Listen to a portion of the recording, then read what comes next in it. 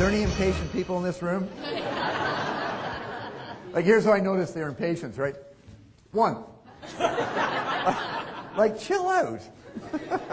Gravity works. It's coming down, okay? So, you'll notice that when I say one, it's at that height. And that's all you need to notice about it. Now we're getting ready. Pick up the second one. Oh. Did you hear it already? Did you hear, Bob? Oh, no. The deal about perfectionism is a killer for learning anything new. True? Because isn't it true that we need to be willing to make so-called mistakes if we're going to learn anything new and drop things? So make sure that you do that as you're going along. Give yourself that permission. Now again, notice here. 1, 2. Go for it. Try it. Say them out loud.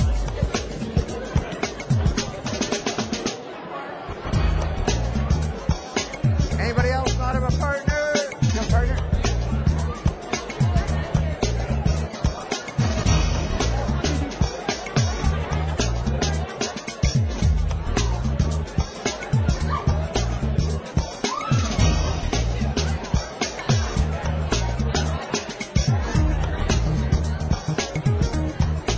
Who's coaching who here?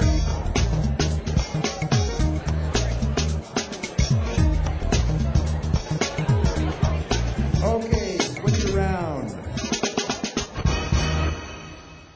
Yoga, feedback techniques, aerobics? Huh. We'll meet author and lecturer Dr. Bob Woodburn, who thinks that the best stress buster of them all just could be juggling. I use it as a metaphor to teach them to break through in their thinking so that they can see that they're capable of accomplishing something and getting out of the place that they're in, which is usually just a little tiny place, and getting the big picture game. Your organization and your job and your business is a lot like juggling torches. In order to be successful and not get burned, you need to have excellent communication. True? You also have to have a tremendous amount of trust and commitment in each other so that you know that people are going to do what they say they're going to do. You also have to have great balance. When you're doing this, you can grab it occasionally and be off balance and grab it, but you can't force that and you can't do it on a regular basis. You can't sustain that. But most of all, what you need is to understand all the things that are coming at you, all the things that are coming at us. I want you to fire up adjectives as loud as you can, as clear as you can, so he can hear you. He's going to write them down as fast as possible and fill this sheet quickly on what it looks like and feels like when you're knocked right out of balance, when you're just toasted. Okay, go. Ornery. Tired. Ornery. Afraid. Very good. Inadequate. Very good. Okay, that's enough. I don't want you to get depressed here. The reverse. What does it look like and feel like when you're right in balance? When you're right in the zone? Fire them up.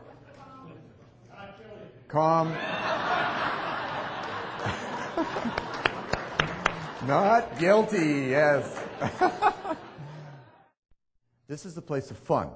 This is a place where people want to hang out with you and you want to hang out with them because you're much more attractive there, and so are they, and there's a vibe about you and about them that just brings people together. Bottom line is that this is the place of relationships. And relationships for me are what business, I don't care what the business is all about.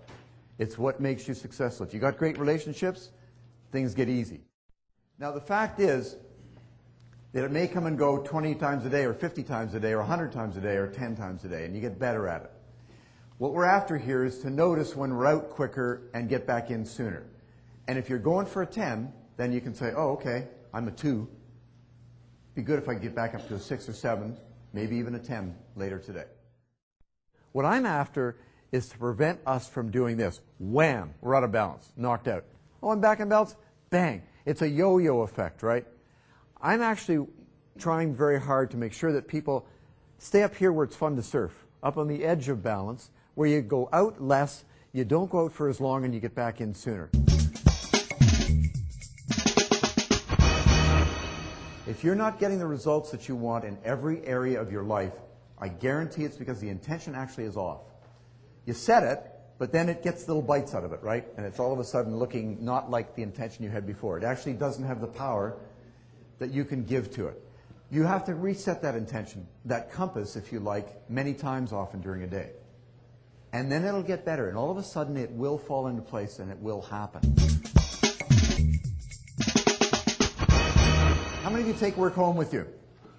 How many of you often take work home with you and don't do it? Okay, stop doing that, all right? When you take work home with you, it takes a bite out of your balance. It doesn't matter if it's sitting in the trunk of the car. It's still with you, correct? How many of you have taken work on vacation? Okay, stop doing that. I mean, there's always emergencies. I understand that. It happens for me as well. You sometimes have to, but get clear before you leave. Do I really have to take this? Am I really going to do it? If not, leave it behind. Do yourself a huge favor.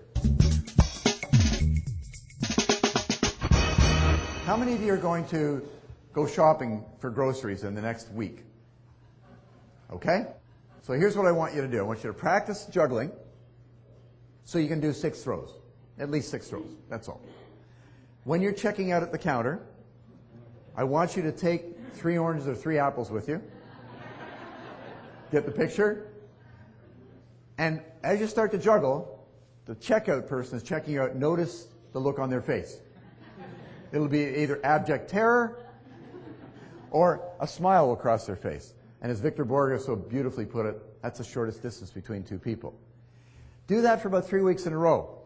Get better at it so you can do at least a dozen throws. 1, 2, 3, 4, 5, 6, just so you can get it going a little bit. They'll be looking for you. You come through this time, you got a dozen eggs. You take the dozen eggs out, pick up the 3 eggs, now watch their eyes. And if it doesn't work out, you say, I'll just take 9.